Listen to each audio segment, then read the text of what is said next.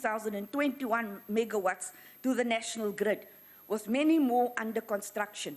The energy contribution of IPPs is expected to grow to approximately 7,000 megawatts, with the first 47 renewable energy IPPs fully operational by mid-2016. We'd like to thank the Minister of Environmental Affairs for her leadership in this as well. Private investment in the program currently exceeds 194 billion. Bids in terms of bid window 4 expedited round, totaling an additional 1,800 megawatts, are currently under evaluation, and we will announce preferred bidders in the second quarter of this financial year. Bid window 4, including the investments made through the small projects program, will increase the investment amount to more than 255 billion. We remain on track to meet our national commitment to transition to a low-carbon economy with a target of 17,800 megawatts of renewable energy power by 2030. The current renewable energy operational portfolio is contributing an increasing percentage of the buffer between the availability of supply and projected demand for electricity. Already, a 16% contribution is made to the total energy produced during the morning and evening system peak periods in a 24-hour period. The department has procured private peaker stations to the capacity of nearly 1,000 megawatts that can be used when there is a larger demand than what the Eskom generators can produce. The Avon plant, which is a private development in Eastern Cape, was completed in September 2015 and can produce 330 megawatts. The Didiza plant in KwaZulu-Natal, when completed by the end of this year, will produce 630 megawatts. Total project's cost were 8 billion, while 210 permanent jobs and 6,190 temporary jobs were created. Last year, we initiated a process of redesign the request for proposal for bid window 5 with attention to early, efficient and equitable benefits to communities and greater localized industrialization. We are pleased to indicate that the new RFP for bid window 5 will be released during the second quarter of this financial year. We'll fast-track the investment in the sector. To further boost the renewable energy development in South Africa, we have determined, with the concurrence of NERSA, that 1,500 megawatts will be generated from a new solar park in the Northern Cape as a Northern Cape solar park. We hope that this will stimulate investment in the area, expanding industrial manufacturing facilities.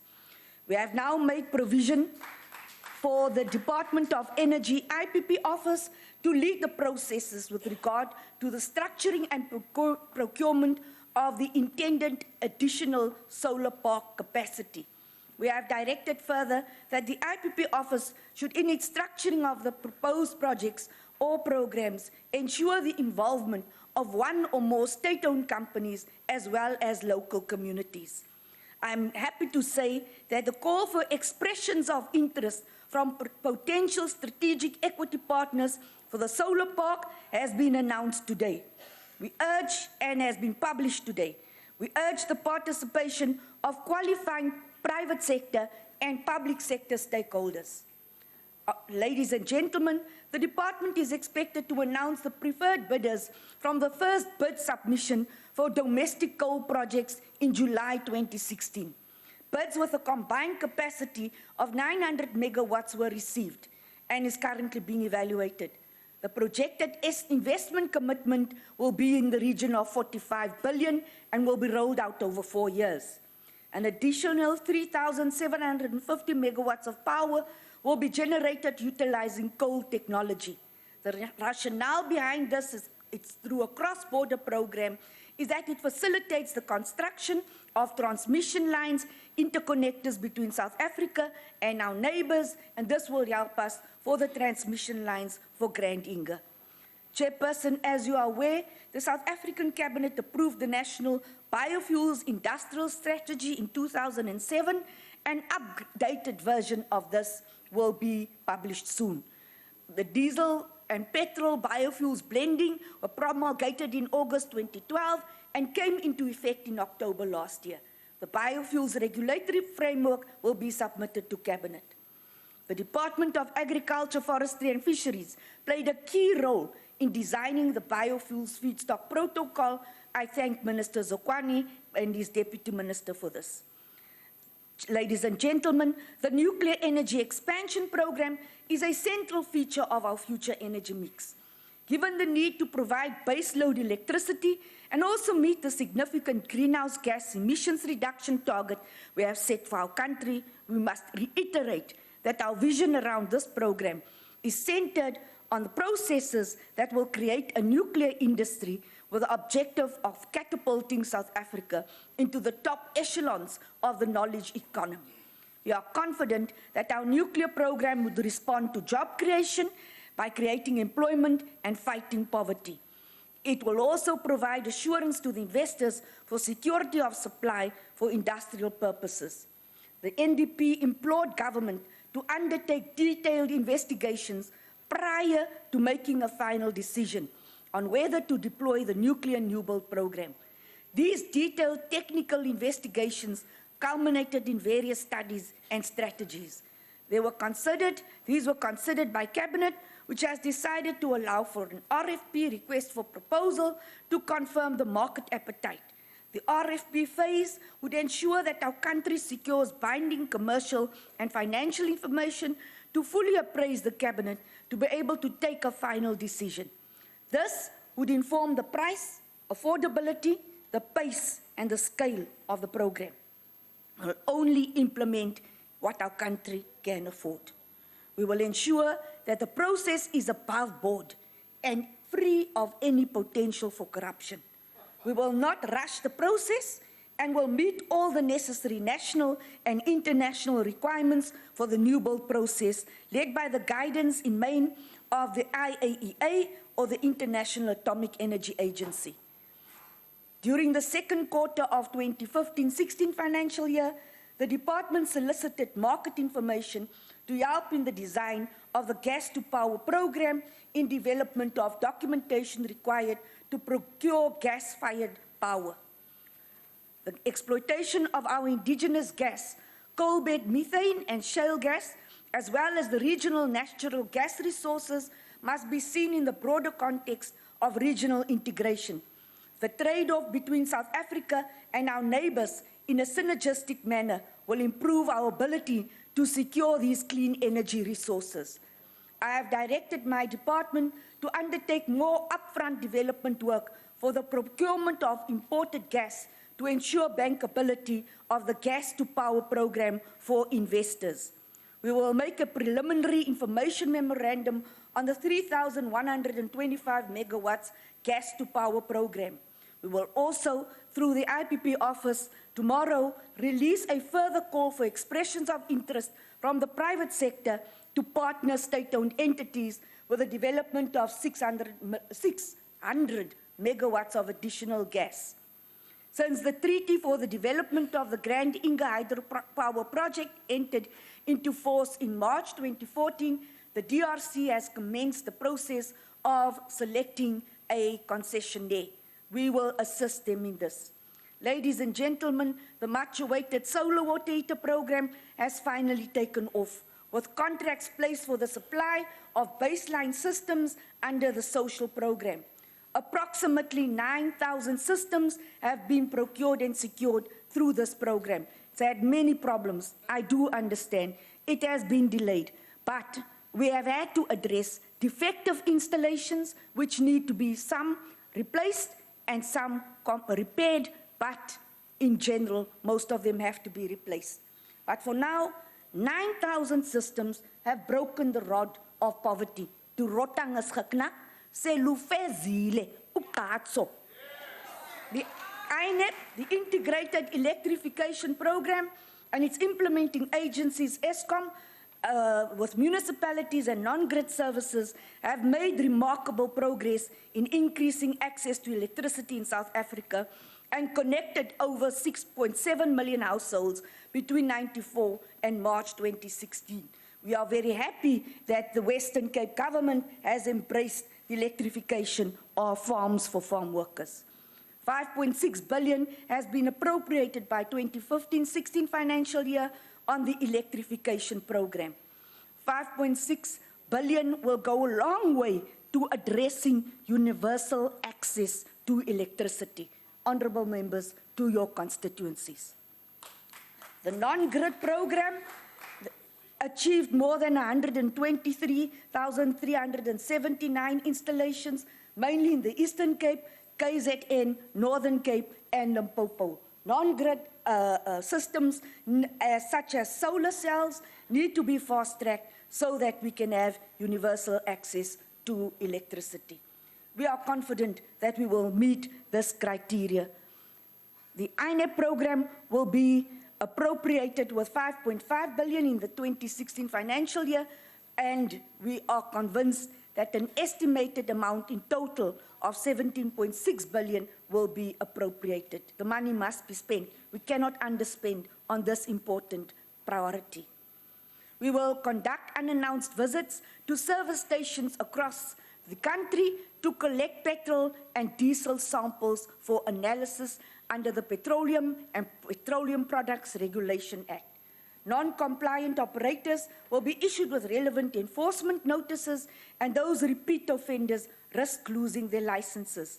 This year, 2016, marks the 10th year anniversary of the enactment of the licensing of persons involved in the manufacturing or sale of petroleum products or petroleum different entities from the entire value chain, especially for historically disadvantaged South Africans, but this is still not enough. We continue to monitor compliance to the Liquid Fuels Charter commitment, which requires that historically disadvantaged South Africans own in total 25% of the aggregate value of the equity of the entity that holds the operating assets in the South African oil industry. We can report to South Africans that Sasol Oil joined Total South Africa in fulfillment and compliance to the ownership element. Effective from 1st July 2006, Sasol Oil sold 25% of its shares to Sano LFB Pty, a broad-based black economic empowerment consortium. The value of this transaction amounted to nearly 1.5 billion, making it a significant BE transaction in the liquid fuels industry. This demographics of empowerment group includes 54% women, substantial rural representation, 3% youth, and 2% disabled. In respect of LPG, Mozambique became the #1 source of imports, again helping to bolster regional integration in the energy trade. However, to better develop LPG industry in our country, there are still bottleneck issues that need to be taken care of. We have always indicated that the refineries in the country can no longer meet the national demand for petroleum products. In 2015, we saw a steep increase in the amounts of diesel and petrol imported into the country. In line with the National Development Plan, government in the next 12 months will make recommendations and firm proposals regarding refining capacity in South Africa. The government of Iran has shown an appetite for partnering us in this regard. We would need to consider a public-private partnership model, given the need to manage the demand on our public resources. Turning to the nuts and bolts of this year's budget, the total appropriation to the department is 7.5 billion, of which almost 95% is earmarked for transfers for the INEP program. The spending focus over the medium term will remain on transfer payments to Eskom and municipalities. The implementation of the solar water heater program will be 1.2 billion over the medium term on more than 130,000 solar water heaters.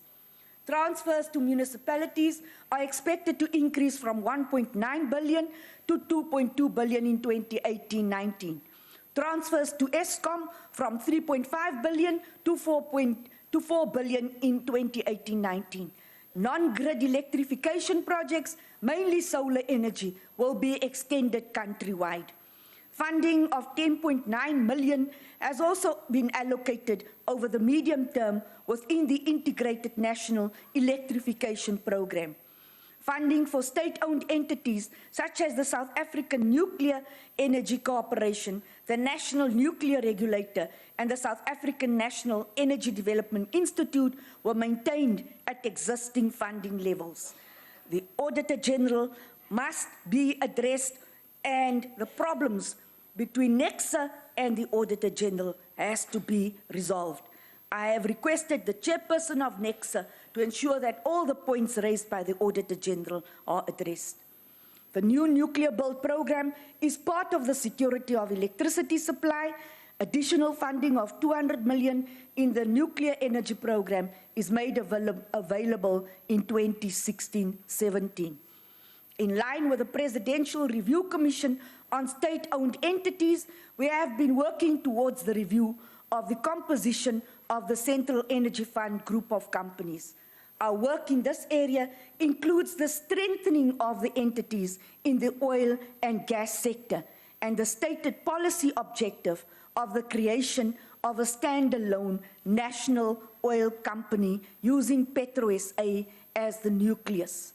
In this regard, we will work with the Minister of Minerals in ensuring that the MPRDA amendments, the bill is completed as soon as possible to create policy certainty. And this is one of our imperatives, honourable members.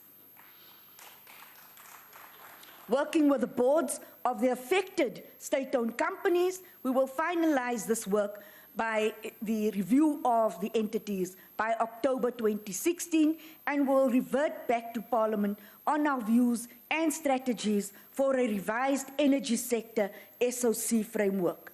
Furthermore, the department, together with our state-owned entities, has been focusing on leveraging the current low oil price environment towards ensuring that our country benefits optimally. In this regard, we will secure even lower prices when it comes to the procurement of oil. Accordingly, in 2015, we issued a ministerial directive for the rotation of strategic stocks by the Strategic Fuel Fund, and this has resulted in the increased revenue base for the Strategic Fuel Fund, whilst at the same time maintaining strategic stocks within our storage tanks for security of supply. This is in place through long-term lease and contractual agreements with the buyers. The estimated revenue to accrue from this process is around 170 million per annum, significantly boosting the balance sheet of the Strategic Fuel Fund and the Central Energy Fund. Through the rotation of strategic stocks and trading initiatives, the Strategic Fuel Fund has further consolidated its ability to be self-sustainable. This has also allowed us to replace the unsuitable stock that we have been storing in our tanks, which has been both uneconomical and did not contribute to security of supply. The SFF will continue to ensure that it is able to respond to any shock in the market, whilst optimally making use of the opportunities presented in an evolving oil sector. In addition to the Romco pipeline from Mozambique, in which iGas has a 25% stake, this is continuing to earn considerable income for iGas. In this regard, we also need to explore and are exploring further developments with the Mozambican government with regards to gas. The department has submitted a program to the leader of government business regarding the following legislation for consideration by Parliament, and which will either be introduced or concluded in the financial year. The amendment of the National Energy Regulation Act. A new proposed structure will create a two-tier energy regulatory structure to enable the appeal of regulatory decisions through a body that is not conflicted by having participated in making the regulatory decision in the first place. The review board will create such a body. The gas amendment bill. The bill will largely introduce a mechanism that allows the Minister of Energy to direct the development of new gas infrastructure, including pipelines, storage, and regasification technology for imported liquefied national gas, LNG. The bill will encompass the midstream elements of the gas value chain, whereas the upstream will be covered under amendments to the Mineral and Petroleum Development Act. The plan involves separating from the mineral regulatory framework those elements that relate to the petroleum value chain, with consultation with communities, political parties, and particularly with guidance from the Minister of Minerals. Petroleum Agency of South Africa Establishment Bill seeks to establish the upstream gas regulator separately from its incumbent, the Central Energy Fund SOC location. This will conclude the regulatory and institutional arrangements that are necessary to facilitate the concessioning, licensing, and the exploitation of the shale gas resource that offers so much potential for our country. The Petroleum Products Amendment Bill seeks to improve the enforcement elements in the licensing framework for wholesalers and retailers in the liquid fuel sector. Over the past few years, shortcomings have been identified in relation to the extent to which the law does not adequately punish malevolent behavior by licensees, given the weak penalty regime that is applicable under the Act. The IPP Office Establishment Bill will formally create the Independent Power Producer Office and define its role and mandate in regard to private public sector programs in the power sector. Learners, honorable young people, the youth. What does this mean for you? This means that we have the intention of creating a green energy sector to safeguard your future. The President implored us to work together to solve our current energy problems. If we are individually inward-looking, we will not succeed. It cannot just be a case of doing what is good for me. We must put aside individual preferences and gripes and pull together to achieve the collective goals that will ensure that we get our country firing on all cylinders again. In conclusion, I would like to thank the Deputy Minister, the Chairperson, and the members of the Portfolio Committee, which have engaged us in detail and have ensured that their eyes are focused on our mandate and that we are accountable at all times.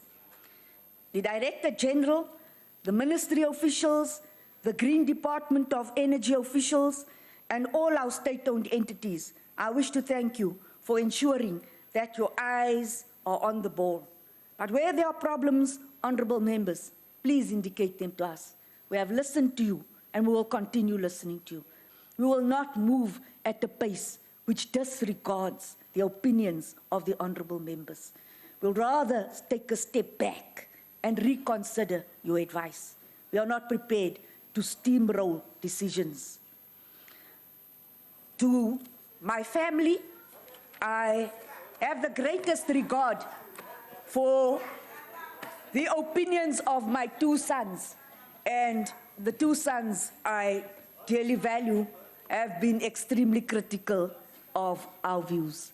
I thank them for their critical input and analysis of what it is we do. I thank the Chairperson of the Portfolio Committee for his guidance and direction, which I have considered tremendously. Kaya leboga, nkos kakulu, paya danki.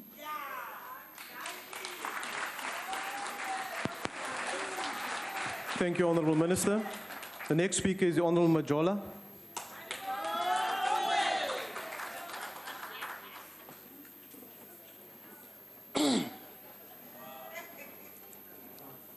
Honourable Chairperson, Minister and Deputy Minister of Energy, Ministers and Deputy Ministers present, honourable members, ladies and gentlemen, comrades and friends. The African National Congress fully supports this budget vote of the Department of Energy. This 2016-2017 budget of the DOE must be located within the broader spending plans of the medium expenditure framework as presented by the Minister of Finance in February. It is reflective of the subdued economic context and tighter revenue base, a context in which globally has seen the International Monetary Fund revising its projections downwards to 3.4 for 2016. It's in a nutshell, we are engaged in this debate in the midst of unfolding structural tendencies and changes in the global economy in which energy and other commodities are a central part. It bears reiterating, and indeed we cannot overstate the importance of the government's response in terms of the overarching 9-point plan, which amongst others sets out the critical tasks and measures to tackle the binding constraints of energy supply, to put the economy back on a faster growth trajectory and to ignite light at the end of the tunnel for millions of our people. The Department of Energy has been allocated a budget of 7.5 billion, which is less than 1% higher than the 7.4 billion allocated to the department last year. As in the case with previous years, the Integrated National Electricity Program was allocated the largest share of 5.64 billion. As the ANC, we welcome the fact that the department successfully spent 99.1% of the 4.5 billion allocated to this program in 2015. This is a very critical program comprising grid and non-grid electrification of millions of households, especially the far-flung rural communities. Energy is a basic need of the people of this country.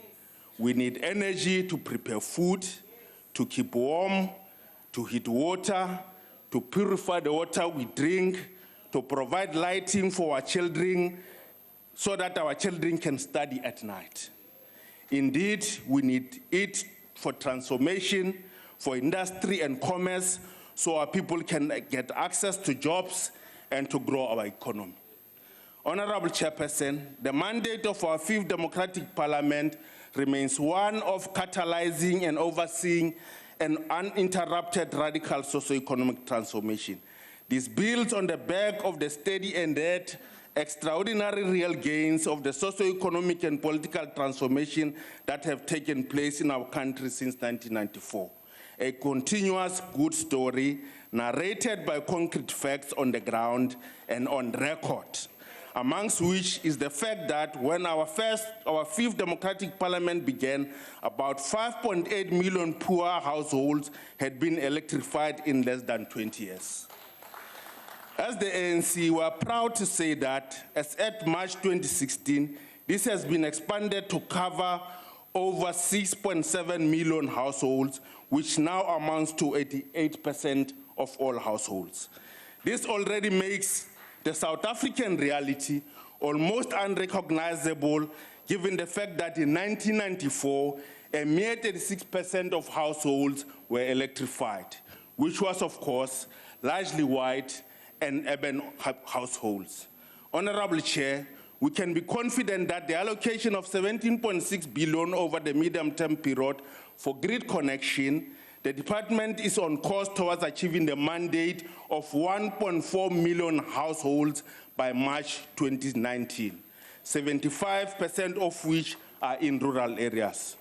Honorable Chair and members, when I took the podium last year on this occasion, the House was suffocated with a sweeping air of cynicism coming from the other side and swelling in the corporate media in the midst of the spate of load shedding that were unfolding. At that time, we communicated the decisive outcomes of the ANC's January Lekgotla of that year, which directed that urgent measures must be taken to address issues pertaining to generation capacity, a constrained network capacity, and a distribution infrastructure that is interrupted by the imperative of maintenance and refurbishment. With its war room led by Deputy President Ramaphosa, as the ANC, we welcome the concrete and remarkable progress that has been registered to date. Yes, it is true, there's been no load shedding since August last year. Honorable Chairperson, as well as the protracted global economic crisis, ours is a generation that is also facing ecological crisis of a planetary proportion. Hence, we must welcome the momentum added to the global climate action to cut carbon emissions and contain global warming by the historic agreement reached in December last year in Paris. This came on the back of the United Nations Sustainable Development Summit held in September 2015, which for the first time in history adopted a global sustainable development goal for energy, aiming for access to affordable, reliable, sustainable, and modern energy for all. In this context, as the ANC, we welcome the deepening national commitment to transition to a low-carbon economy, as underscored by the integrated resource plan, in terms of which 17,800 megawatts are expected to be generated from renewable energy sources by 2030. This firmly places us as a country among some of the leading countries of the global south that have taken on the challenge of shifting towards renewable energy sources. Since August 2011, the Renewable Energy Independent Power Resources Program has maintained its place amongst the top 10 renewable energy programs globally, which makes South Africa a leader in the renewable energy sector. We welcome the progress registered in terms of the department's IPPP, contributing substantially to the generation capacity of South Africa. By the end of the last financial year, 37 projects were able to add more than 1,800 megawatts to the national grid. There has also been substantial tariff decreases for wind by 55% and solar photovoltaic by 62%. With regard to the 9,600 megawatts nuclear new build, the department was able to complete the vendor parades and concluded 5 intergovernmental agreements. The DOE is currently embarking on nuclear skills development and training, and that aims to grow the necessary local skills required for the new nuclear program. We welcome the directive by the President that we will only procure nuclear on a scale and pace that our country can afford. Honorable Chairperson, the Middle East remains our important source of crude oil, but as the ANC welcome the fact that more than half of our country's crude oil requirements have been met by African countries. With regard to the refined petroleum products, the capacity of the domestic refinery industry is falling short of demand, even in the midst of a subdued economic climate. The ANC's 2015 NGC appreciated that the setting up of the refining capacity in the Kucha Special Economic Zone is an important development for the liquid fuel sector for growth and for development. This will boost industrialization, job creation, and attract significant foreign direct investment. It is therefore necessary to reiterate some of the key conclusions of that NGC of the ANC. Operation Pakisa, recommendations to advance offshore oil and gas exploitation be implemented expeditiously, that the exploration onshore for shale gas should be accelerated. The effective integration of the South African economy with the oil and gas resources available in Southern African region, that we expedite the drafting of policy of oil and gas industry separate from the mature mineral policy and incorporating the free carry principle for the state, and that South African companies, including state companies, should have a clear role in the gas industry. Honorable Chair, we welcome the fact that the committee will soon receive a presentation on the IEP, South Africa's own energy master plan. With regard to the liquid fuels, despite the price volatility in the market, the demand and supply equation has been managed with commendable competence by the Department of Energy. None of us can claim that we have found fuel stations depleted of petrol or diesel, with long queues being the order of the day. Yes, this is a good South African story.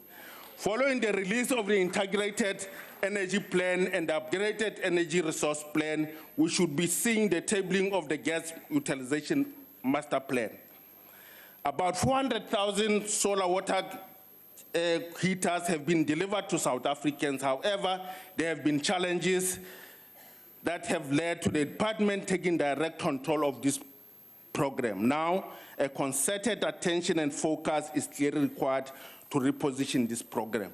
With regards to SOEs, in the last financial year, there have been various challenges, including poor corporate governance, irregular expenditure, lack of alignment objectives of the department, all of which effectively resulted in poor utilization of resources.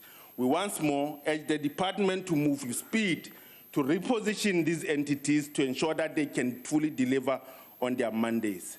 The PAC appreciates the achievements of the DOE in its few years of existence. For those of us, especially the masses of our people, whose lives and circumstances have been intertwined with the history of this country, and therefore who in their living memory and actually know what it means to live in the dark days of apartheid, also know that our country has the practical capacity to secure an even better future. Yes, there can be no doubt that South Africa is a far better place today than it was 22 years ago. And yes, we know that tomorrow will be better than today. Siyaqhuba, siyasebenza. Together we move South Africa forward. The ANC supports the budget. I thank you very much. Thank you, Honourable Member. The next speaker is the Honourable McKay.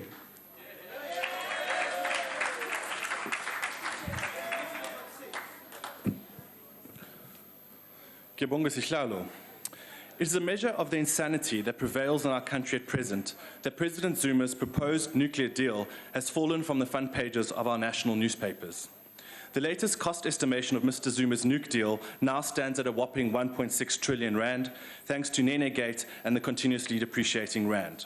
To put this in perspective, that is equal to government's entire 2015 budget and is a third of South Africa's gross domestic product, or GDP. Alongside ballooning public sector wages and a noble but unaffordable proposed national health system, Mr. Zuma's nuclear deal stands as the single biggest risk factor undermining investor confidence in South Africa. It is therefore, Chair, a fortuitous time to review the Minister's adherence to her constitutional and statutory obligations to the nation as they pertain to the Nuclear New Build programme. At the heart of our multiracial constitutional democracy lies the world's greatest constitution. Section 2171 of which is pertinent to the Minister and reads as follows. When an organ of state contracts for goods or services, it must do so in accordance with a system which is fair, equitable, transparent, competitive, and cost-effective. It is generally accepted, Chair, that to produce goods and services in a manner compliant with the aforementioned constitutional principle, that such procurement must be done by way of an open and competitive public tender process. Actions speak louder than words, Chair, and despite continued rather limp lip service to an open and transparent process, it is the Minister's actions that are speaking volumes. Open and transparent, the Minister repeatedly says, but then tables the various nuclear intergovernmental framework agreements, or IGAs, under the very limiting Section 2313 of the Constitution, effectively binding the Republic to the provisions of the IGA without requiring Parliament's approval or consideration. Competitive and public, the Minister says, and yet the Department of Energy, in a briefing to the Cabinet Subcommittee on Energy Security, recommends a closed government-to-government procurement process, which would effectively bypass the requirements of a competitive bidding process and further insulate any potential deal from public scrutiny. As regards the Minister's statutory obligations, the Electricity Regulation Act is unambiguous when it states that the decision to procure nuclear and the procurement system must be taken prior to the commencement of nuclear procurement. Prior, Chair, meaning before or existing or coming before in time, order or importance. I refer to this definition, Chair, for the meaning of the word prior seems to have eluded the Minister, the Department, and even the brains trust that is our Cabinet. It is a matter of public record that the nuclear process has commenced. In fact, the Minister has issued a ministerial determination to this effect. What has not commenced, Chair, what has not been determined and what has not been discussed is the nuclear procurement system. That is a glaring failure and a contravention of the Act. How exactly the Minister hopes to get herself out of this pickle, currently being examined in front of the Cape High Court, is unknown, but perhaps the Minister will heed some free advice. Minister, don't issue the request for proposal on nuclear, request for proposal on nuclear. Halt the nuclear procurement process and await judgment from the Cape High Court and no doubt various other courts that will be involved as determining the constitutionality and the legality of this arms deal. Oops, I mean nuclear deal, as they will be tested continuously in our courts. Ignore this advice, Minister, at your peril, for the volume of litigation to follow will be such of an intensity that you will no doubt replace your boss as the so-called accused number one. Chair, before accusations are laid at my door of waging lawfare against the Minister, let us consider the social and economic implications of a nuclear deal for our people. As the Jobs Party, the Democratic Alliance has from the onset been concerned by the potential negative effect of the nuclear Renewable program on jobs and economic growth. Studies now show that all households in South Africa will be affected by nuclear, with rich and poor carrying the burden of Mr. Zuma's nuclear deal alike. Our people will be directly affected by tariff increases and the escalating price of electricity, or indirectly through job losses and changing wage rates. GDP will be negatively affected as investment across sectors becomes crowded out by the large-scale investment required by the nuclear Renewable program. This will lead to a contraction in the economy, especially in those sectors which are employment-intensive and employ the bulk of so-called unskilled labour. Nuclear becomes an even greater gamble at low growth rates and where nuclear is incompetitively priced relative to other energy sources such as renewables, gas and hydro. Both these conditions are now prevalent. Economic growth in the short to medium term will fall to between 1 to 1.5%, while nuclear will remain expensive at well over $8,000 per kilowatt hour. The Energy Research Centre at the University of Cape Town predicts that under these conditions, nuclear will result in a sustained negative impact on GDP in the range of 0.1% to 2.1% between 2020 and 2040. This is staggering, Chairperson, when you consider that the country will only grow this year by 0.9%. Simply put, the foolhardy decision to procure nuclear will have a long-lasting and damaging effect on the economy for at least the next 20 years. This drag on economic growth will in turn extinguish future job growth and destroy 75,000 existing jobs. Of those jobs destroyed, 50,000, or nearly two-thirds, will accrue to those holding matric qualifications or less, namely the most vulnerable of South Africans. As such, a decision in favour of nuclear will have to be disproportionately carried by the working classes and the poor, effectively undermining social justice and further straining social cohesion in South Africa. Nuclear therefore poses a real threat to the future welfare of our people, while at the same time undermining the welfare gains already achieved. In light of the legal irregularities and the inconvenient economic facts, we must ask ourselves, Chair, why is our government doggedly pursuing this nuclear deal? It is clearly not a deal in the interest of the poor. It is clearly not a deal in the interest of business. It is clearly not a deal in the interest of the nation. Clearly, this is the deal in the interest of only one man and one man only. And that, Chair, is the accused number one. I thank you.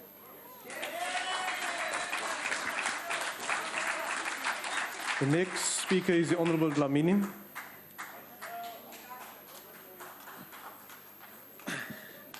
Thank you, Chairperson.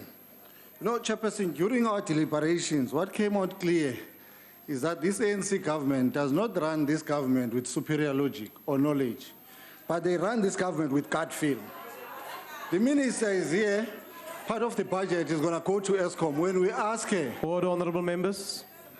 When we ask the minister, do you have systems and measures in place to make sure that the money that is going to be spent at ESCOM, there's proper monitoring system? The minister's response was that she doesn't have, because she doesn't have the oversight control of ESCOM. But let us tell you, Minister, that there in ESCOM is just looting that is happening there. Last year when we stood here, we told you that Mr. Cyril Ramaphosa is selling coal to ESCOM. So he's a dishonest man. But when we said that, Mr. Jacob Zuma was not aware that Mr. Cyril Ramaphosa is looting money from ESCOM. Immediately after he got aware, he went to buy his own coal company called Tageta. Now the two main suppliers of coal in ESCOM is Mr. Jacob Zuma and Mr. Cyril Ramaphosa. So, Minister, this gut fielding is not working. That is what led you to the loss of 14 billion with Petro SA last year. You must put systems and measures in place to run the government. Let's go to the nuclear deal, Minister. I'm glad that you mentioned your sons. Maybe it's time that you listen to their advice. You must stop this nuclear deal because it's another Nkandla in making. Remember, the signs are there. In Nkandla, there was 200 million, there was consultants, and there was Mr. Jacob Zuma. In this nuclear deal, same thing, consultants, 200 million, Mr. Jacob Zuma. That cannot be a coincidence. They are ready to steal as they continue stealing.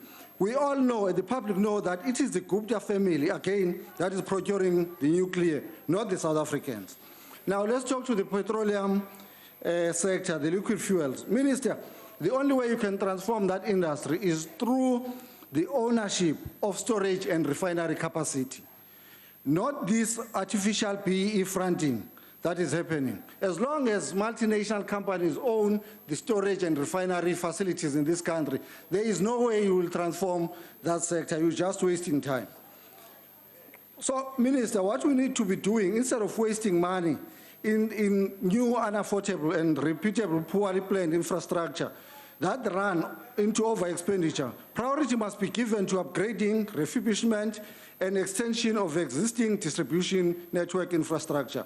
Chairperson, you know the ANC is out of desperation. They are busy fabricating statistics here on the number of households with access to electricity. Even if they do so, the reality is that our people on the ground, they do not have electricity. Those who have electricity, they cannot afford that electricity. It has become a matter of choice between electricity and bread. Even worse for pensioners, they do not have money. The pensioners that you send police to assault outside here, they don't have money to buy this electricity. It is clear NESA is out of touch as well. Despite all the evidence and submissions from different stakeholders, it's still continuing to increase the tariffs. Chairperson, the persistent on coal while South Africa is blessed with vast sources of renewable energy is a clear sign of a government that is misguided. It is not a surprise that the solar water program is fumbled and the community didn't bother, but they just copied it. South Africa can create thousands of jobs if renewable sources of energy can be exploited to their full potential. I thank you. Must tell that guy. Thank you, Honourable Member. Stop stealing. Honourable Member, reject. you may leave the podium now. No, wait. No. My time is here. The No, EFF Honourable reject Member. this Honourable budget. Dlamini, will you leave the podium now? Thank you. Rema, you still owe me Honourable an apology. Dlamini, for the second time. But you still owe me an apology. You removed me illegally yourself. Can you leave I demand the an podium? apology now. You must apologize. Honourable Dlamini, will you leave the podium? But you owe me an apology. You know that. There's no apologies, Honourable Member. Leave the You're podium. going to apologize at a later stage. Honourable Member, I'm asking you now for the last time to leave the No, podium. you can't threaten me with anything. You owe me an apology, and I need that apology. Honourable Member, okay? will you leave the House? Will you leave the House? The next speaker is the Honourable Pettersson. Thank you, Chairperson, Minister. Honourable Chairperson,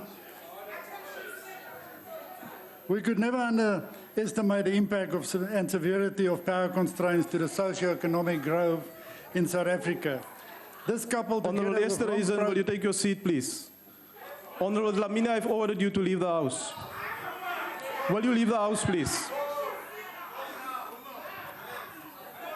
But you have not apologized. Will you leave the House?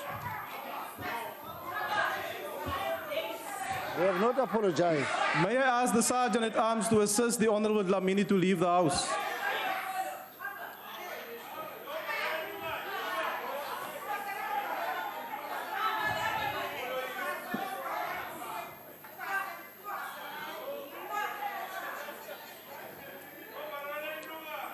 Honourable Pettersson, you may continue.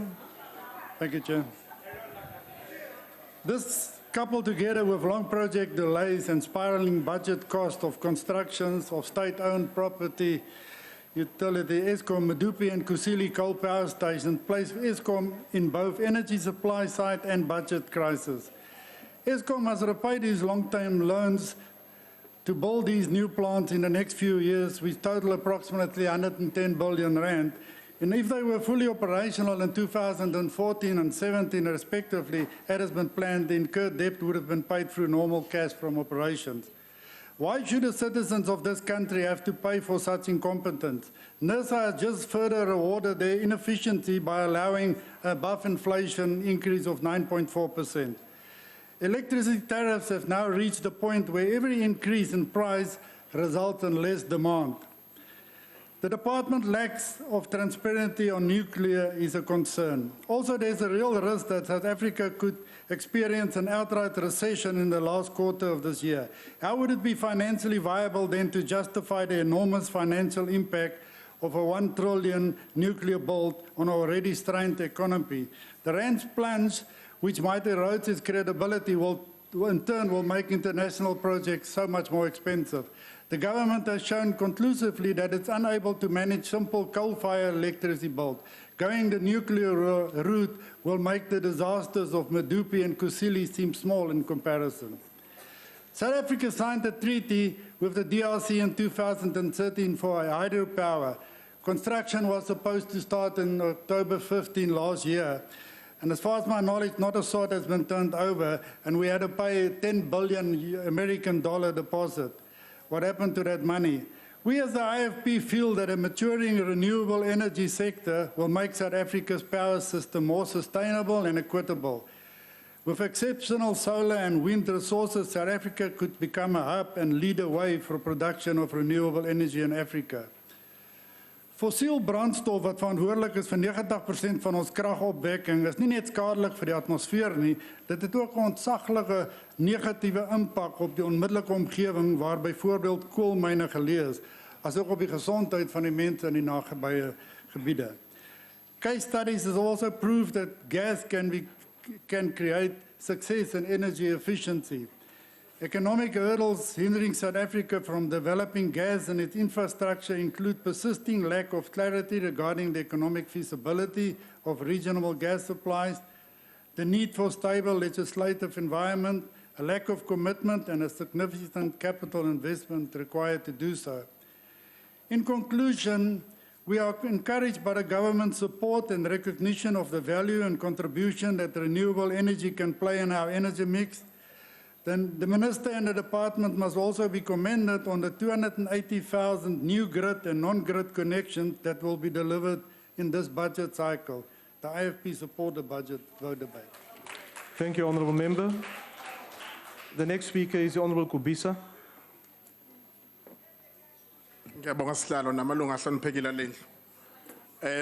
Minister, we have to measure you in line with the objective and the mandate of the department. The department must ensure that diverse energy resources are available in sustainable quantities and at affordable prices, and there can be no doubt that the steady, sustainable, and affordable supply of energy is important for domestic consumption and economic growth. The department has allocated 7.5 billion, which represents a 0.8 increase on the previous financial year. And considering the enormous need for energy in South Africa, and considering the huge backlog in the National Electrification Program, the National Federal Bank believes that the funds allocated are insufficient. When looking at our current energy mix, we have to ask ourselves whether we can continue with our reliance on fossil fuel-driven electricity, which is high in cost, non-renewable, and harmful to both humans and the environment. And the answer is obvious: we cannot. The National Freedom Party believes that we cannot afford the cost and risk associated with the large-scale nuclear energy generation either. It appears that the government is hell-bent on pushing through with its nuclear energy deal, despite the fact that we cannot afford the costs. But that is typical of the current ANC government, to bulldoze ahead with its plans regardless of public opinion and opposition from civil society. We saw it with the e-toll fiasco in Gauteng, and we see it now with the nuclear energy deal too. It is our opinion that our future energy needs will best be met through developing the country's wealth of untapped clean and renewable energy generation potential capacity. We have virtually unlimited access to stable solar power possibilities in South Africa and significant potential for wind-driven energy generation along our coastal areas. The National Freedom Party is also dismayed at the backlog in electricity distribution infrastructure. Ngifuna ukuthi Minister, abantu bakithi mabekhuluma nje ngendaba ye-energy, bakhuluma ngokuthi sinawo yini ugesi ozosiza ukuthi sipheke, sinawo yini ugesi ozosiza ukuthi sikhanyise, nokuthi ingane zethu zifunde. Yilokho abakhuluma ngakho. Njengoba kumakhaza nje abantu bakhuluma ngendaba kagesi, ikakhulukazi endaweni ezisemakhaya lapho kusasalele emuva khona ukuthi abantu babe nogesi. Siyabona ukuthi emadolobheni mhlambe uhulumeni uza kahle kodwa akawusabalalise nasey'ndaweni zasemakhaya ukuthi abantu bawuthola. Abantu abadala bayawudinga ugesi abangasenayo nje imali bafuna ukuthi bathole ugesi oshibhile abazokwazi ukuwukhokhela. Yilokho abantu abakufunayo esinxusa ukuthi ungqongqoshe akwenze ngokukhulu ukushesha ey'ndaweni zasemakhaya kakhulu. Ukuthi uqhubeke ngqongqoshe nohlelo lokuthi the future must have that clean and environmentally sound renewable energy. That's what we need in our country. Nanokuthi Minister, we still maintain as National Freedom Party that we need transformation in the sector. In this energy sector, we need transformation. In the mineral sector, we need transformation. Aviation sector, we need transformation. Shipping sector, we need transformation. In the construction sector, we need transformation. In the clothing sector, we need transformation. We will continue to talk about it. Having said, Minister, uma lezinto zenziwa, besifuna ukusho nje ukuthi sifuna ukugxeka sibuye sakhe ukuthi lezinto zilungiswe, kodwa kunalokho sifuna ukuthi le budget yakho siyixhase ukuze kuqhubekele phambili nisebenze nilungise lezinto esiyishilo njenge-national siyayixhasa le budget. Thank you, Honourable Member. The next speaker is the Honourable Mavunda.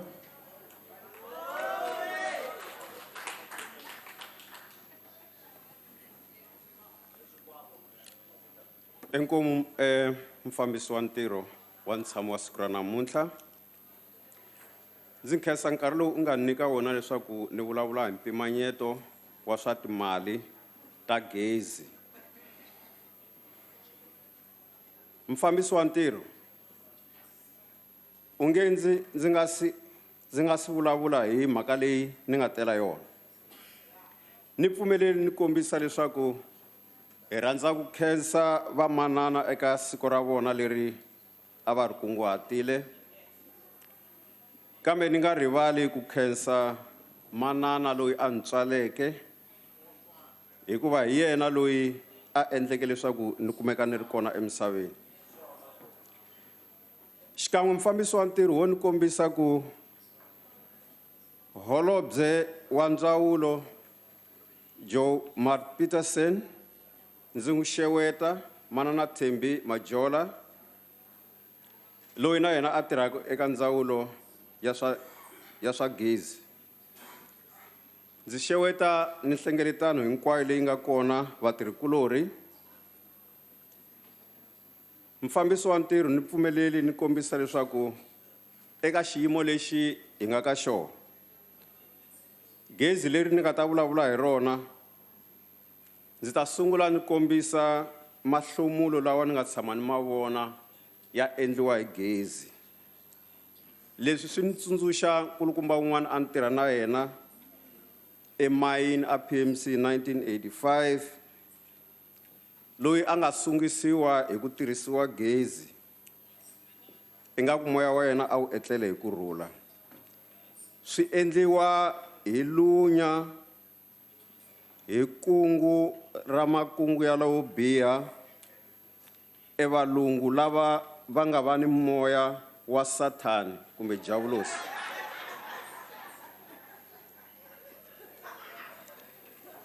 Mufambisi wa ntirho ni rhandza ku tsundzuxa vaakatiko leswaku va nga rivali hi nkarhi wa mfumo wa xihlawuhlawu gezi a ri ta ri hundza magidigidi ya vanhu ri kongoma eka munhu wun'we epurasini. A ri wun'we hi nhlonge ya yena a vuriwa vanhu andzhaku ka loko ri hundze vanhu vo tala. MaAfrika a hi twisiseni leswaku loko a ku nga ri African National Congress leyi nga hi humesa evuhlongeni na namuntlha na sweswi gezi a hi ta va hi ri hava. A hi tsundzukeni nakambe leswaku va khale va vurisile va ku vakhale va vurisile va ku khamba ri dlele n'wini wa nsimu. Namuntlha laha a hi hundzuke mahlonga ya va ta va famba hi lomu a va ta hi kona. Va fika va hi byeletela leswaku hi fanele hi endla yini hi nga endli yini. Loko va ta a va khome Bibele va fika va hi nyika Bibele va teka misava ya hina. Mara sweswi loko hi lava misava, va lava ku hi xavisela. Ene nawu wa tiko ra hina ra Afrika-Dzonga a ri pfumeli ku hi xava swilo swo yiva. Hikuva loko u xava swilo swo yiva, swi vula ku na wena wa yiva. Mara hi xaviseriwa swilo leswi hina hi ngo lo tekeriwa swona. Vona a vo lo xava. Honorable Chair, let me indicate from the start that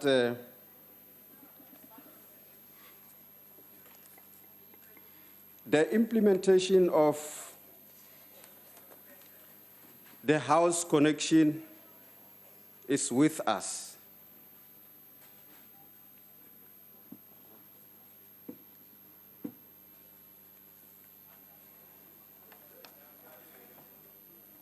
Honorable Chair, household electrification strategy, which the ANC has deployed, it's working. To start with, before I forget, Honorable Chair, ni rhandza leswaku ni kombisa ku hina hi ri ANC ha amukela budget leyi. Hikuva ANC yi na makungu, yi na program leri ri nga ta fambisa evukorhokeri. Hi rhandza ku yi amukela hikuva yi ta fanele yi yisa vukorhokeri byo antswa eka vaakatiko. Honorable Chair, na loko ku ri ku swiyimo swi ri hi ndlela yaleyo, ha swi twisisa leswaku ku na ti-challenges leti nga kona kumbe swiphiqo leswi nga kona. ANC yi ti lulamiserile ku swi fikelela. But let me indicate, Honorable Chair, that the approval of the new household electrification strategy by Cabinet in 2013 has started its implementation. The defining of universal access as 97% of households as full electrification is unlikely to be possible due to growth and delays in the process of the formalization of formal settlement. Kuna swilo leswi minkarhi yin'wanyana hi karhi hi swi vonaka ku hi swona swi hi salerisaku ndzhaku, hi le ku swi endleni ku swi kota ku va swi fikelela. Ni languta nkarhi wa mina mufambisi na swi vona ku se wu dye hi makondlo. Kambe wo ni kombisa ku aka swiphiqo swin'wana leswi hi nga na swona is a lack of resources in Eskom, non-reporting of municipalities. Eskom policies need to be reviewed to accommodate renewable energy and its research output. Most of the backlogs are within Eskom area of supply. The sharp increased cost per connection as the program is rolling out in rural areas. Mfumo wa ANC aqhuba ya mahlweni. Honorable Chair, let me indicate that this is the government of the ANC at work, Siyakuba. We are not like the opposition who are professionals in opposing everything, including success stories like that of Lungelo. Chairperson, la ena sesi loyi anga ti endlela ntiro, anga tumbuluxa ntiro a Eastern Cape. Hi ku tirhisa renewable energy. Sesi loyi I kote ku va a endla kiosk leyi aka yona a kota ku xavisa gezi ra mali ya le hansi. Leri ri endlaku leswaku a swi kota ku ti endlela kumbe ku ti xavisela gezi kumbe ku ti endlela. Honorable member, your time is now expired. Thank you, Honorable. The next speaker is the Honorable Dudley.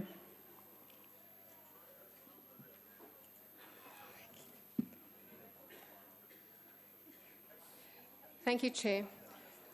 Honourable Minister, the ACDP is concerned that discussing nuclear power in South Africa seems to be anything but a priority.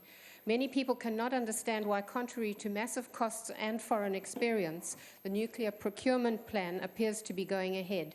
We're also told by experts that these plans could involve as much as 1 trillion rand in public spending. For the ACDP, one of the most pressing issues linked to nuclear projects is the disposal of dangerous nuclear waste. With Eskom looking to extend the life of Koeberg to 60 years, and with additional nuclear projects, the public need far greater clarity on the country's approach to the management and disposal of spent fuel. Questions like what will we have to do when in just 2 years' time spent fuel pools at Koeberg are full? And why will capital costs for transient interim storage and a centralized facility only be confirmed on completion of the procurement process? These are just some of the many questions needing answers. There are many who want to sell the concept of nuclear energy as clean energy, as we heard even here today, using the environment as an excuse, while others like Anton Eberhardt, professor of UCT Graduate School of Business and member of the National Planning Commission on Energy, are of the opinion that we can't afford and don't need nuclear energy. Alternative energy technology has made great progress, and wind power is down to 57 cents per kilowatt hour. Eberhardt has challenged any nuclear vendor to sign a long-term contract for less than 1 rand per kilowatt hour. In India, solar power is now cheaper than coal, and nuclear's capital cost per megawatt is now said to be double that of solar. Honourable Minister, with this in mind, can we expect an announcement soon, officially abandoning South Africa's earlier idea of a $100 billion nuclear program? It's possible. In 2008, following the blackouts the country experienced, government invited independent power producers to sell electricity to the country's power supply, Eskom, which, according to a report last September, has so far procured 6,327 megawatts from independent power producers. At the end of June 2015, 1,860 megawatts had come online, and investments pledged totaled over 192 billion rand. The ACDP has championed alternative energy consistently, and we are pleased to see that installed solar energy generation costs have decreased dramatically. Africa boasts excellent available energy from the sun, as well as abundant land on which to set up solar energy infrastructure, and has proven public-private partnerships. Now, the ACDP urges government to prioritize these public-private partnerships and apply the political will needed to ensure processes which are presently extremely cumbersome, that they are fine-tuned. We are told there are no less than 6 distinct phases involved, with approval gates at each stage, and then the added complexity of BBBEE requirements and various other obligations. Job creation and growth demands that government commits to creating an environment favorable to investors in PPPs. Despite challenges, solar power has been shown to produce strong job growth wherever it has been deployed, and is also something that can benefit entrepreneurs in Africa. The Creamer Media's Energy Roundup for December 2015 shows South Africa ranking as an investment destination for renewable energy, and the ACDP applauds our scientific community, who has risen to the challenge of creating technology to fill the energy gap. The ACDP will support this budget despite our opposition to the proposed nuclear build, and regarding a lack of clarity around existing nuclear energy. We remain hopeful that sanity will prevail. Thank you. Thank you, Honourable Member. The next speaker is Honourable Nobanda.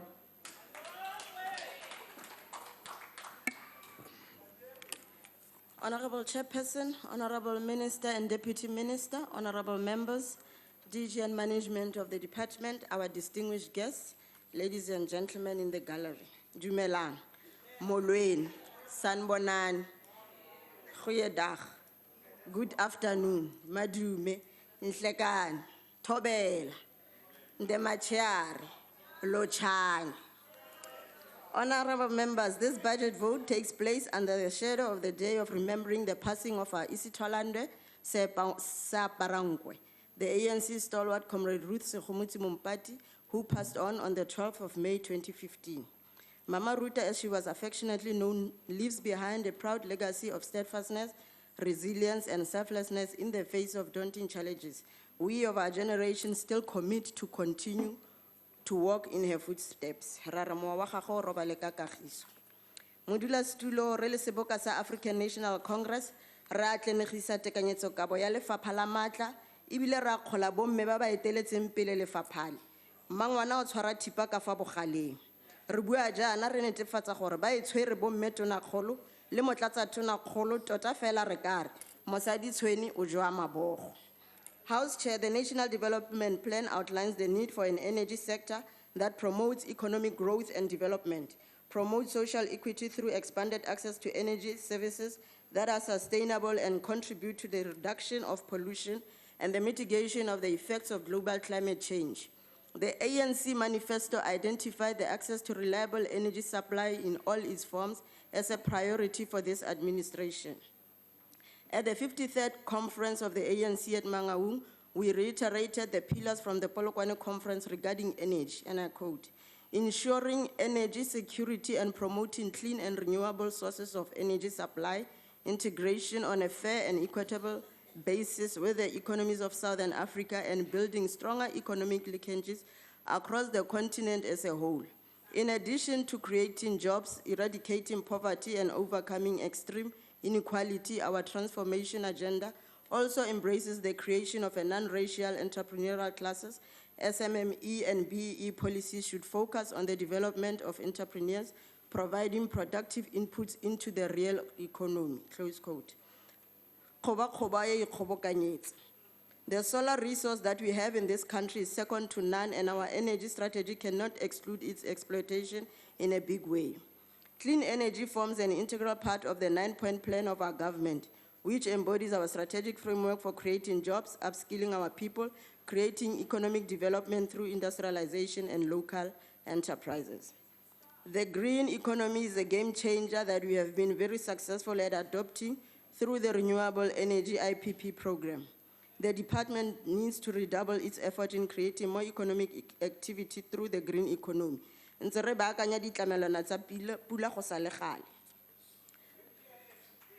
development of storage to supplement wind and solar technologies provides viable and cost-effective clean energy solution in our future power system.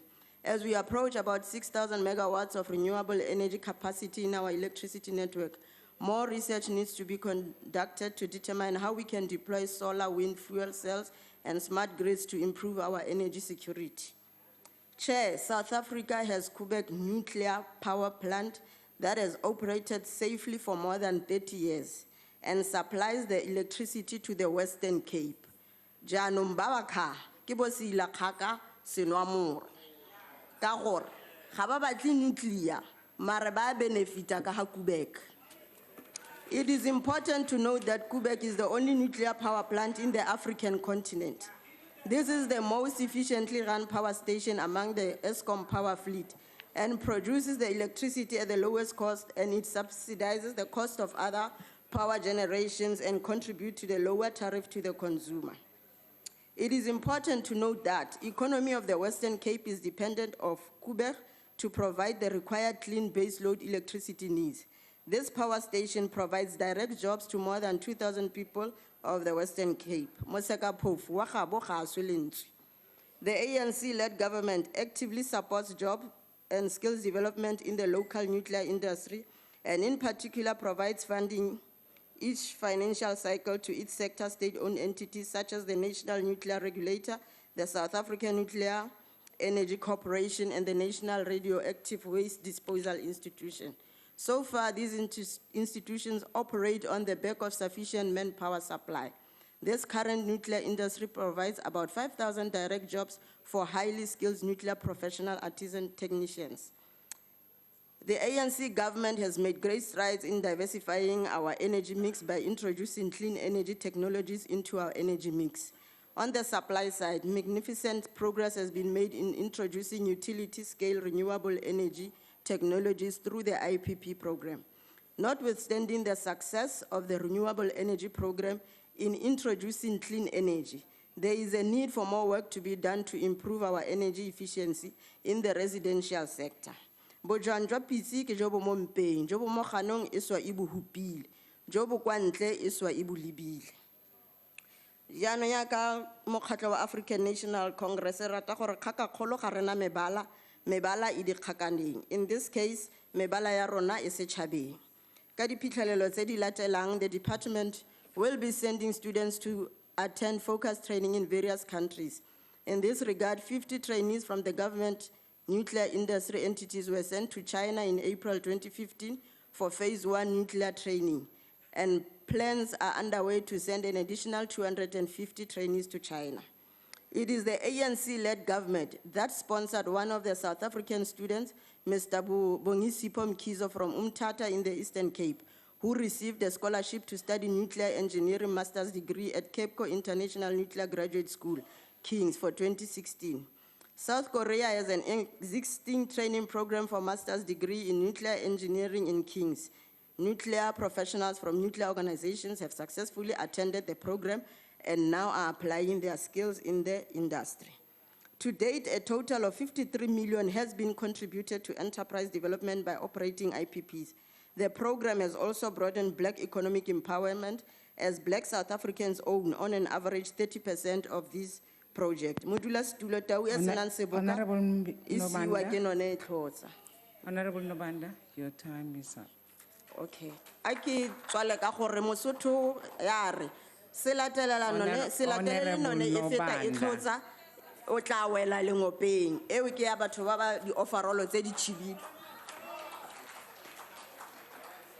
Stawubita ilunga lalihloniphekile Mbinda.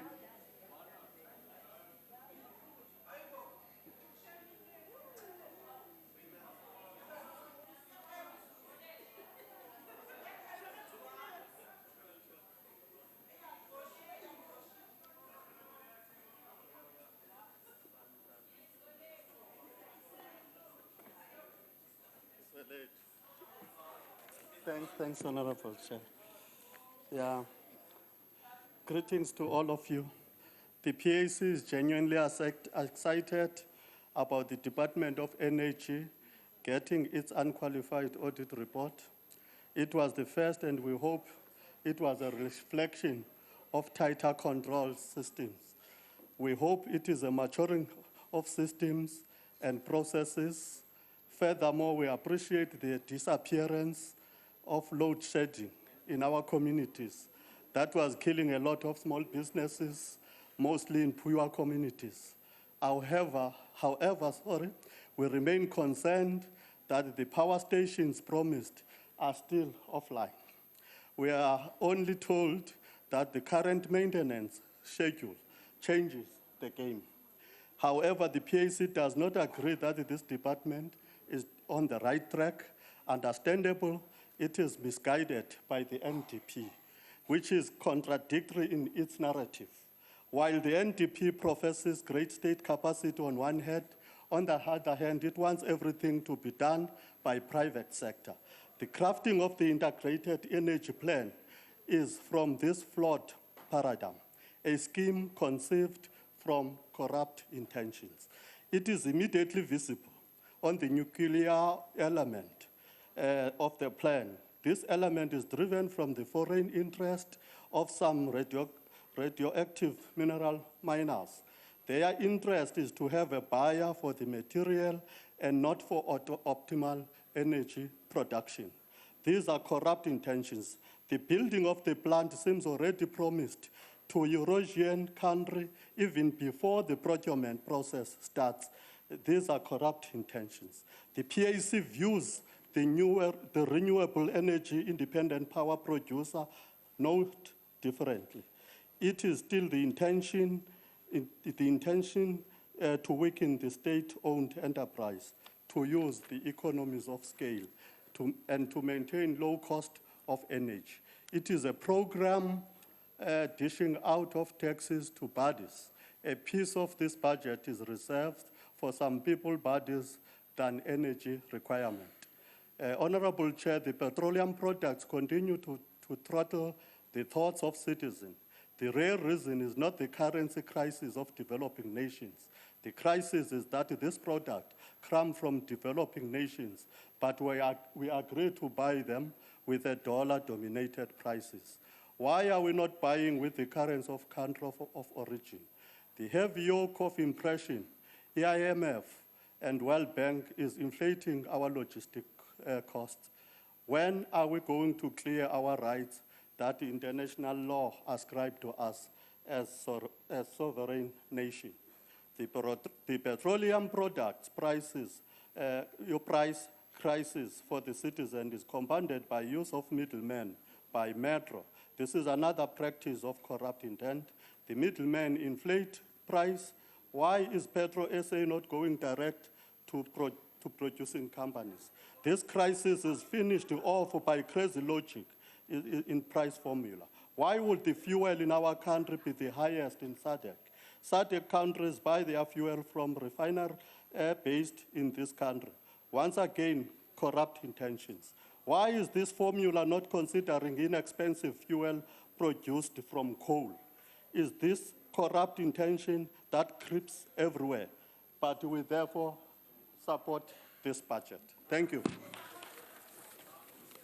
Thank you. Speaker Lungelson Kavile van Dalen.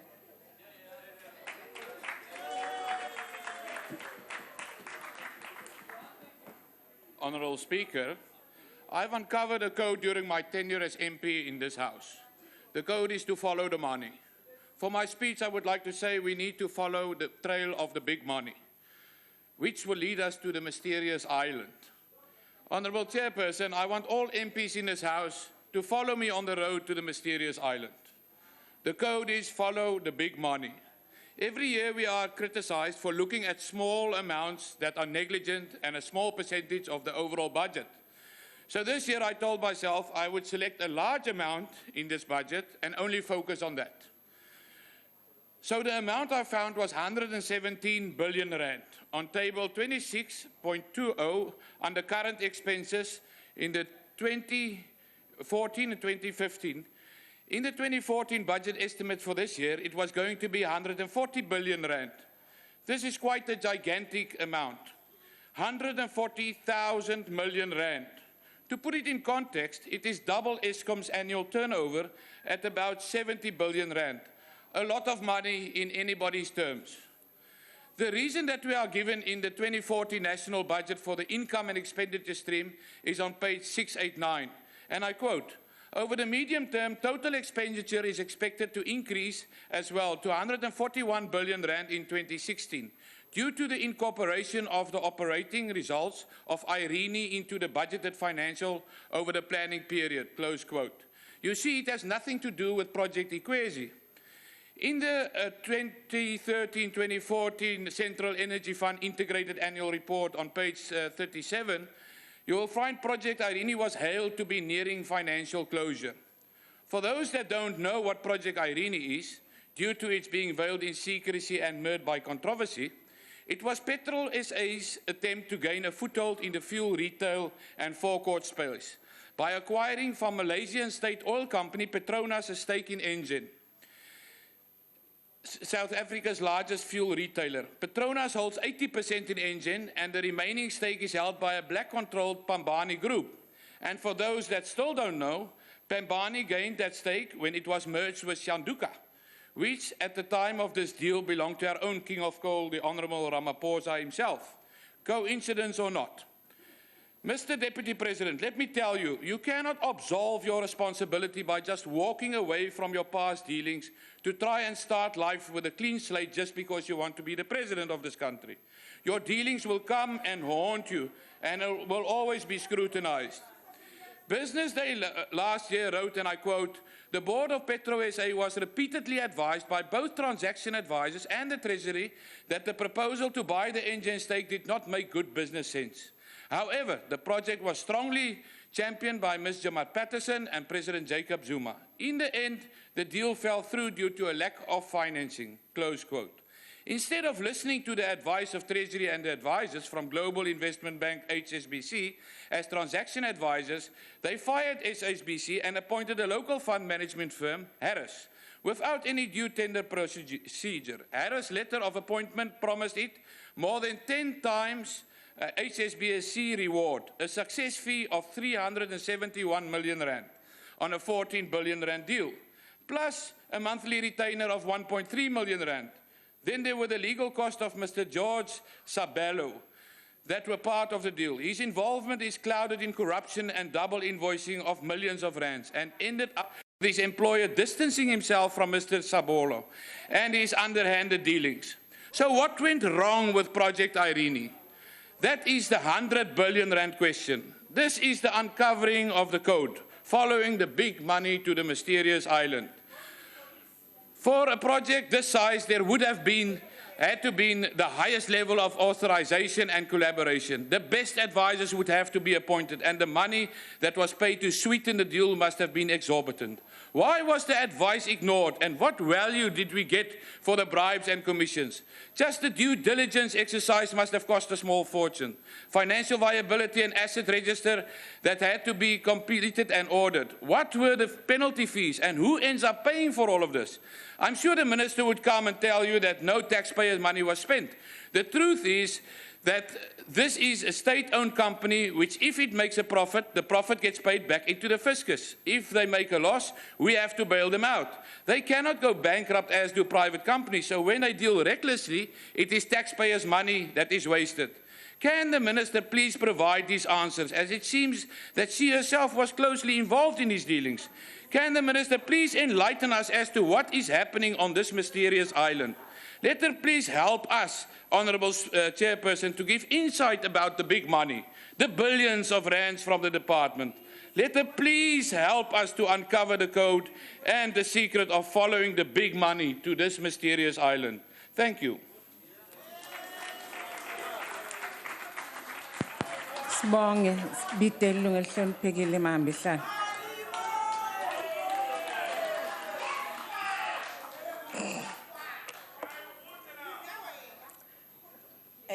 Honorable Minister of Energy, members of Parliament, guests in the gallery, officials of the Department of Energy led by DG Mr. Tabane Zulu, receive my revolutionary greetings.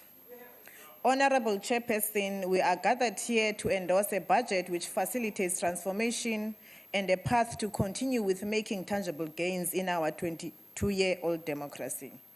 We know our economy is driven by mineral energy complex. As we have seen with major turnaround in ESCOM, stable energy is critical if we are to have any form of economic growth. Energy must be located at the center of economic growth, with Department of Energy as a sole driver.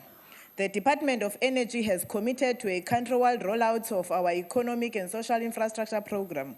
These programs will be catalysts for inclusive economic growth and job creation, as well as making systematically disimpoverished citizens humane. Furthermore, this budget facilitates exploration of oil and gas, including shale gas exploration. This initiative will be a real driver of economic and social transformation. Honorable members, I have no doubt, as a patriotic South African, one would support the budget tabled before us for the following reasons. 88% of South Africans now have electricity. This government in the past financial year facilitated a new source of energy in the form of solar energy, powering over 100,000 households in 3 provinces. The department has established a world-renowned renewable energy program, which is expected to add approximately 7,000 megawatts to our grid, and amongst other things, this department has empowered over 1,000 women in the oil sector. This is a sign that we are truly dealing with the legacy of the despotic apartheid regime, and we're transforming the state from one which is designed to cater for an exclusive class, mainly white South Africans, to one which makes lives of majority, mainly blacks, more humane. However, I have mentioned only patriotic South Africans will share these sentiments. Unfortunately, in this House, we sit with hypocrites, naysayers, and people who long for the chaotic era of apartheid. We have heard from some of them about their holy land called Western Cape. But this province is far from holy. It's in fact where evil finds refuge. How else do we explain to South Africans the revelation that 6 million rands was diverted from the education budget to supposedly deal with gangsters, only to find out that the MEC for Safety and Security in this province, one Dan Plato character is in cahoots with the very same gangsters the education budget was compromised for. Having said this, I am reminded of a passage from a book titled Stupid White Men by Michael Moore.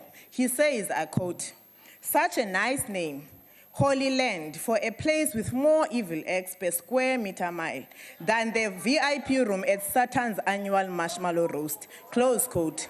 Honorable Minister, when a province deprives an African child of the opportunity to be the next astrophysicist, nuclear physicist, or engineer by disinventing their education, what does one do?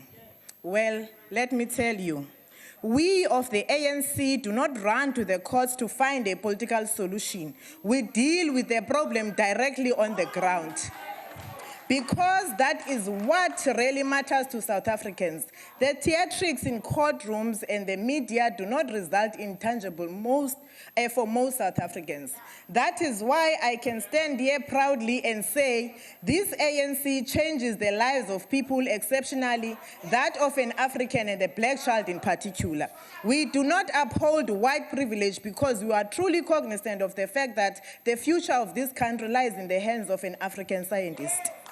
With the assistance of the Department of Energy and MTN, my parliamentary office in Khayelitsha held a successful career expo which focused primarily on maths and science. This expo was attended by 6,000 learners, and we also honored the top learners who emanate from the schools which are disimpoverished by your Dan Plato and his cronies. Honorable members, it gives me great pleasure to say to you in this August House Gallery today, we have learners from Khayelitsha which acquired distinction in maths and science and are currently studying in various institutions of higher learning around Cape Town. I believe that these are our future scientists and physicists.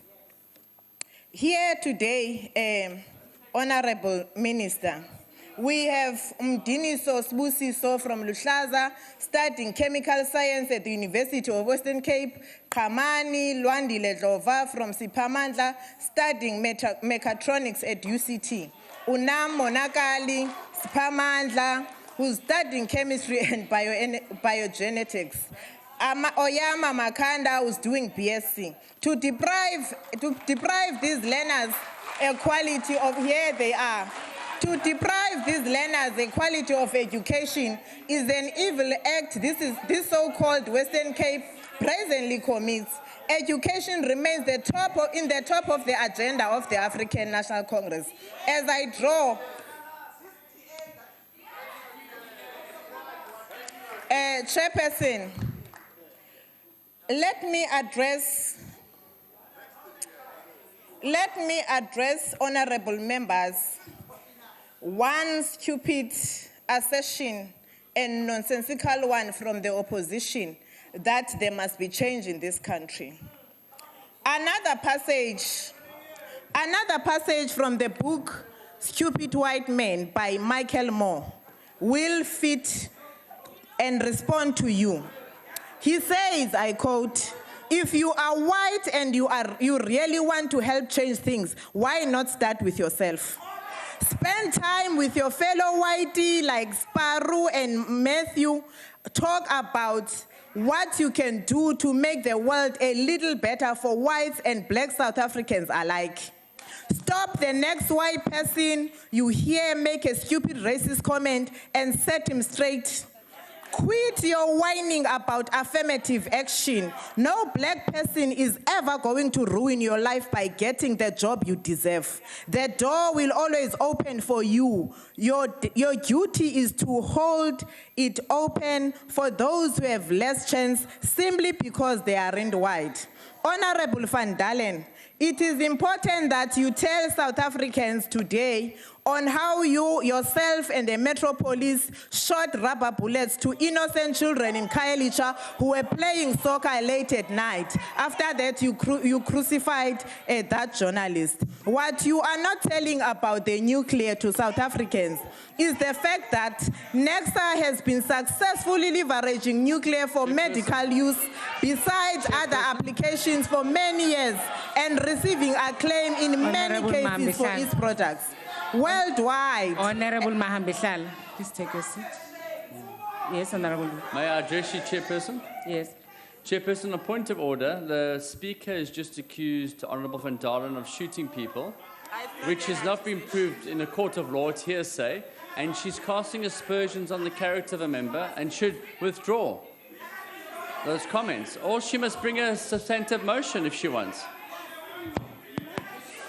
Honorable Mahambehlala, Honorable Mahambehlala. Chairperson? Yes. That is really casting aspersions. No, it's a fact. A police officer was suspended after that. It's a fact. They know it's a fact. I'm not going to withdraw, Chair, because it's not an aspersion casting at anybody. Chairperson, it's not a fact at all. An officer with him present shot at kids playing a soccer. Thank you very much for that compliment.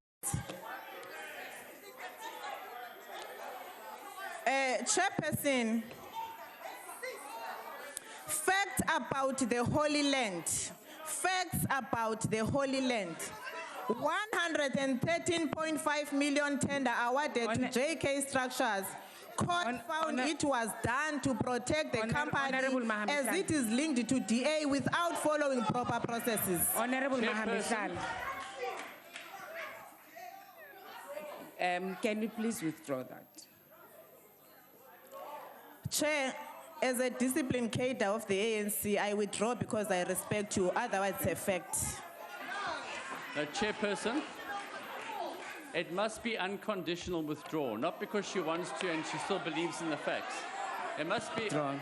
No, but it was conditional. No, there's no condition. Yes, it was. There's no condition. It clearly was conditional. Order. Honorable members, she says as a disciplined. And I still believe in the facts. She has withdrawn. Please continue, Honorable Mahambehlala. Honorable Chairperson. Chair. Honorable Chair, on a point of order. Point of order. Yes, Honorable Member. Chairperson, how can a person say, I still believe in the fact at the end of the withdrawal and then it's not conditional? Then every time we withdraw, we will still say, but it's the truth. The President still, and it's the truth. I withdraw. Okay. Let's give Honorable Mahambehlala. What did you say? Chair, as a disciplined cadre of the African National Congress, I withdraw. That's what I said. Is that what you wanted to hear? You got it right now. Thank you. Chair, the Holy Land, Chair, I was still there. Cape Town municipality overshot the fixed tender prices of the new soccer stadium as well as the bus route to Blauberg by 5 billion rands. And they were found guilty by Competition Commission after this had happened. 5 billion rands. And they come here wanting to be holy people when our people are suffering.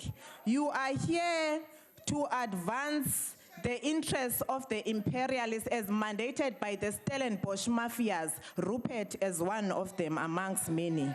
So you don't come here and pretend to be holy when you are not holy. NFP, PAC, and the rest of those who spoke here, I invite you to our committee so that you don't come here and talk gossip and rhetoric next time, because all what you said is rhetoric and gossip, and we are not going to entertain your rhetoric and baseless yada yada, because we don't have time for it.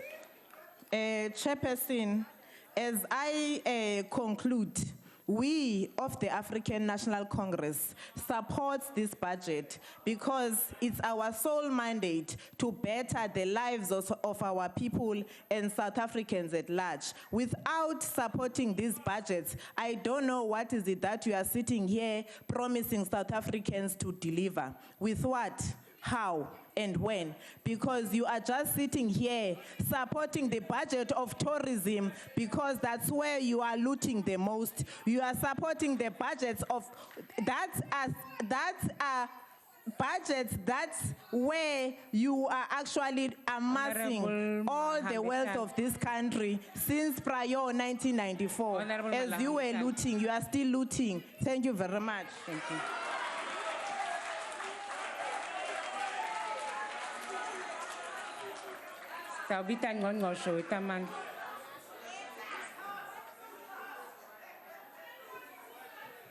Honorable House Chairperson, the DG, the Director General of the International Atomic Energy Agency, Director General Amana, is visiting Cape Town at the moment for the International Radiation Protection Congress, which is being held in Africa for the first time, attended by 900 nuclear specialists. He has visited various nuclear facilities in South Africa and will deliver a keynote address in Northwest University. He has expressed both praise and support for South Africa's leadership on nuclear matters in Africa. In this regard, South Africa has agreed that it will be the Center for Development for Cancer Control, or isotopes, in the continent. House Chairperson, the role of South Africa will be a hub for the training of nuclear scientists in Africa and the rest of the world. We will have the placement of people from the rest of the world in South Africa, despite the opposition's calls for corruption. Why? Black people are corrupt. Black people are so-called rapists. Black people are monkeys, and therefore this is corruption. Now, Algeria, sanity prevails in Algeria. Algeria will have 2,400 megawatts of nuclear energy by 2030, which is 2 reactors by 2030. Egypt will have 4,800 megawatts by 2030, 4 reactors in Algeria and 4 in Egypt. Ghana will have 1,000 megawatts by 2025, which is 1 reactor. Kenya will have 4,000 megawatts of nuclear energy by 2033, which is 4 reactors. Nigeria will have 4,000 megawatts by 2017, which is 4 reactors. Morocco plans to have 1 reactor by 2030. My young people, honorable members, by 2030, 18,000 megawatts of nuclear energy would have been built in Africa. South Africa will no longer be the leading country on nuclear because of the opposition. Now, we are the leader on radioisotopes, which is for cancer research. Even this information will be handed to the rest of the world, and South Africa will no longer be the leader on radioisotopes. Itemba Labs, which is the NRF, has really entrenched the capabilities of South Africa in this regard. South Africa will lose this advantage again by 2030. Despite all this loss which we will have, South Africa will continue helping the rest of the continent, even if they advance beyond us. Why will we do this? Public acceptance is very important in this program. When there is any perception that there's corruption around money, we will take 1 step back. We will be delaying our process because of public acceptance. The Honourable Member McKay asked why we had not met our March 2016 deadline. It was precisely so that we can consider all the fundamental concerns of the court, which is about the IGAs. If we need to retable the IGAs, we'll certainly do so. If we need to redo any processes, we'll certainly do so. We have investigated and will continue investigating any concern over corruption. If there is any corruption in my department or my SOEs, please do not hesitate to alert me to this. And that applies to the members of the ANC as well. The nuclear application, our concern is about safety, security, and safeguarding our focus and priority areas. And that is why the President has implored us to look at the price, the pace, and the scale of nuclear energy.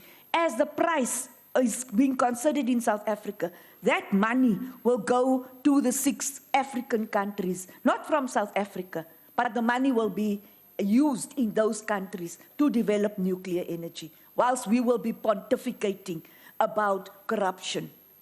So please let Africa go ahead and let South Africa, which doesn't believe it is part of Africa, let South Africa fall behind. This is what my young sons are concerned about.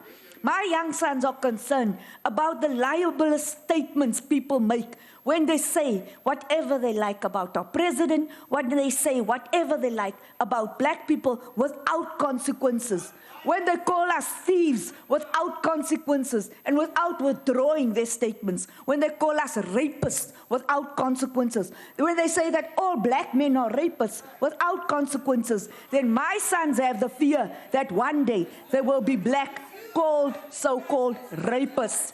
When they call us monkeys, when your constituency call us monkeys, then my sons are concerned that they will grow up as black South Africans being called monkeys. We are being insulted.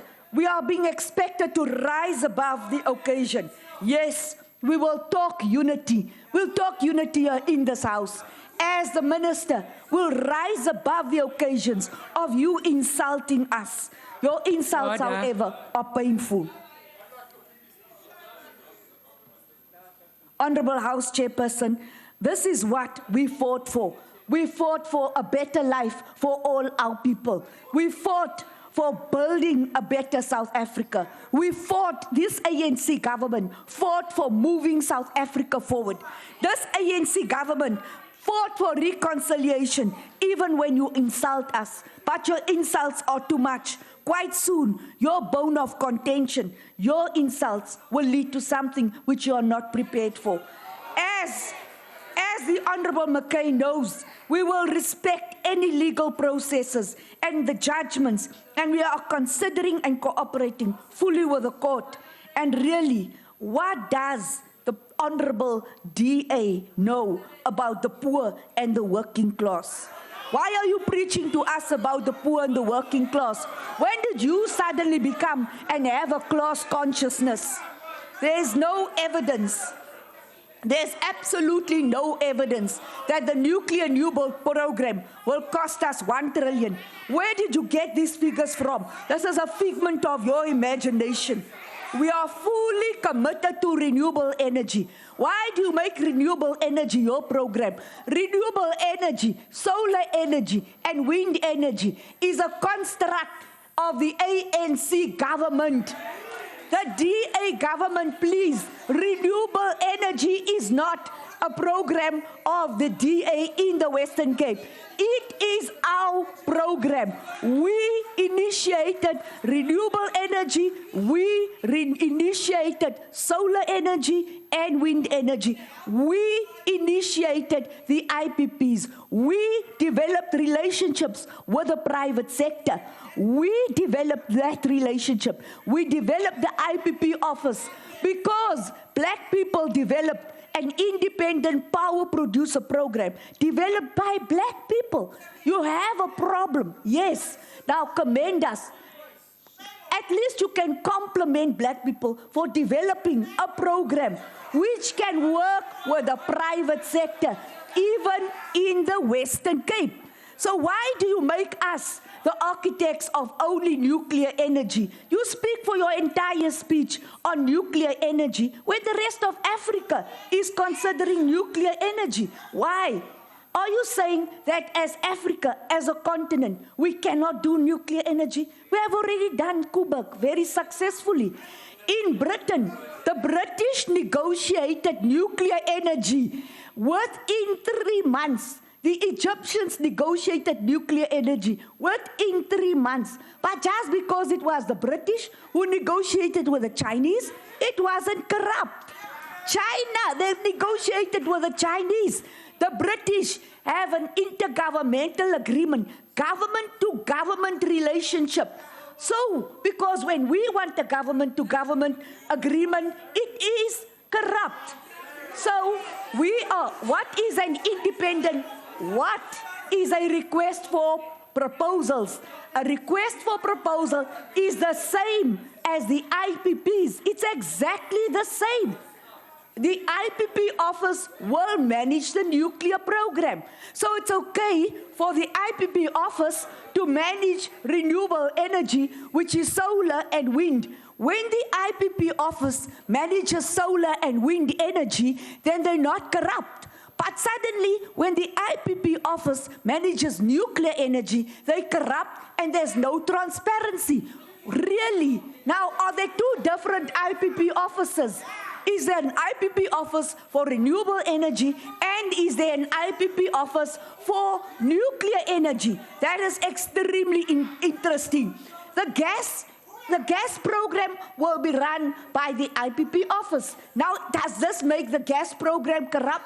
Nobody has alluded to any form of corruption in the gas program. Project Irene had to be absolutely abandoned because, exactly as you said, there was no due diligence done. And when we did that due diligence, we found that it was just too expensive. So we are saying everything we do has to be affordable, has to make business sense, and has to be transparent. And this is why we have not issued the request for proposal, Honorable McKay, because once the entire documents, that's about volumes of documents, as the Honorable Member said, 5 different processes before you get to the end result. Honorable 5 different Minister. processes before you get to the decision. I thank you, members, for always participating. I thank you, Chairperson, for always giving me very good advice. Ke ya leboga to all members, particularly the ministers, deputy ministers, Nkos Kakulu, honorable members, McKay and Van Dalen. I always appreciate your vibrant contributions, and I do listen to you. Thank you.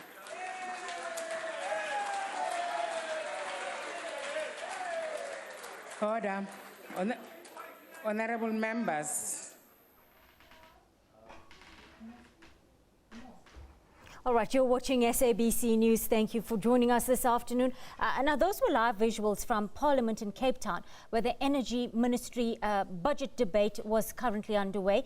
Earlier, we heard that government will work closely with the private sector to meet a growing demand for petroleum products. Now, delivering her budget vote in the National Assembly, Energy Minister Tina Joemat-Pettersson said refineries in the country could no longer meet the national demand and intervention was needed. She says last year we saw a steep increase in the amount of diesel and petrol imported into the country. In line with the National Development Plan, government in the next 12 months will make further recommendations and indeed firm proposals regarding refining capacity